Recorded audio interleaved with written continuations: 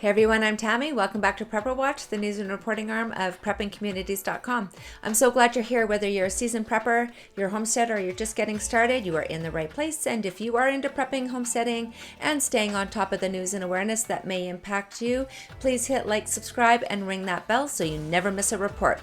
Okay, so before we dive into today's report, I'd like to give a shout out to Jamie from Texas. She sent in a really cool book recommendation called Back to Basics. Now, if you're new to homesteading or you just want to reconnect with practical living, this book is gold. It teaches like real life skills, like the kind our grandparents used, but adapted for today's world. So everything from hand tools and homemade meals to weaving your own rag rugs and even old school fun like square dancing and toy making.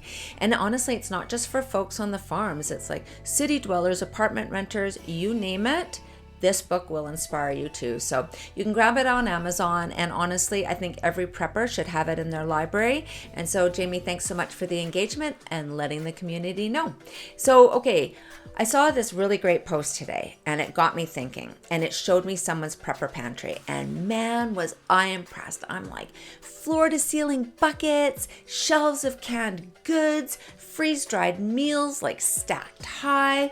It was a prepper's pantry dream come true. Like, it was so impressive, but a little intimidating. And so I was watching this and I was thinking, like, if I was starting out, if I saw this, I'd be super impressed, but maybe just feel a little bit overwhelmed. So I've heard people straight up say, I can't afford that. It's way too much money. I don't even know where to begin. And I get it, because let's face it, inflation is squeezing everybody's, squeezing families. People are struggling to feed their kids and keep the lights on. So today, I just want to talk about budget-friendly, healthy foods that you can stockpile, even on a tight budget. And I just want prepping to feel like it's possible. Again, not impossible. So one of the first items that I would invest in would be dried beans and lentils, because beans are a prepper's best friend. They're full of protein, they're full of fiber and minerals, and super cheap.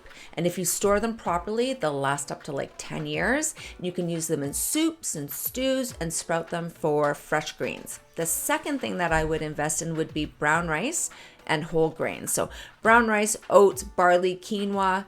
They're filling, nutritious, and versatile. So again, if you store them in airtight containers, you'll get solid shelf life and real fuel for your body. Then we've got rolled oats, one of the cheapest, most underrated preps, I think. They're high in fiber, heart healthy, and easy to use for breakfast baking or even homemade granola. It stores beautifully when kept dry and cool. Then we've got powdered milk or plant-based milk powders. No refrigeration needed, great for baking, cooking, and when the fresh stuff runs out, it's a solid backup for any pantry. Then you got freeze-dried or dehydrated veggies and fruit. So shelf-stable, lightweight, and packed with nutrients.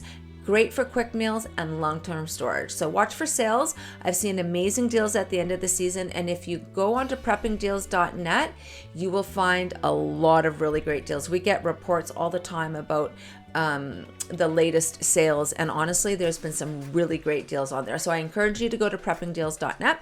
Then you've got whole wheat flour, which is more nutritious than white flour for short-term use. And you have to store it in an airtight container, and freeze it. But if you want to store it long-term, here's the best method. You got to seal it in a Mylar bag with an oxygen absorber. This protects it from moisture, air, and bugs. And then you got to put those sealed bags in food grade buckets to block out the rodents, light, and temperature changes. One of the other tips that I can give you is that when we have stored flour, we get our Mylar bag and we get one sheet of a paper towel. We roll it up, we put it at the bottom of the Mylar bag, then we put in the flour, put in the oxygen absorber, and then seal it, and then put it in an airtight container. And why do you go this route? Because whole wheat flour contains natural oils that spoil over time, but with this method, you'll get up to 10 plus shelf years of life. we do it with regular flour as well. And what about rice? So because not all rice stores the same. So white rice is a prepping superstar. Low oil content means when it's packed in Mylar bags with oxygen absorbers and stored in buckets, it'll last like 25 to 30 years. I seem to have a hard time talking today. But brown rice is higher in nutrients and oils, so it goes rancid faster, even in Mylar. So you'll get about 6 months to a year. I've heard that you either freeze it or rotate it more often. That way you'll get more use out of it. Okay, so some of the tips that I would give you would be shop smart. So hit warehouse clubs, bulk food stores, and even local co-ops. Again, hit the dollar store. They have a lot of items on sale at a good price. Rotate your stock and label everything with the date that you packed it. Combine these staples with garden produce or even potted herbs and veggies if you're in a smaller space. And don't forget to hit garage sales and thrift stores. I have found canning jars, pressure canners, dehydrators, you name it, for just a few bucks. So before I wrap, I just want to bring it back to prepping communities. Thank you to everybody that's joining. Our members are growing every day. Our community is growing every day. Again, when you join, it's free, it's fast, super easy.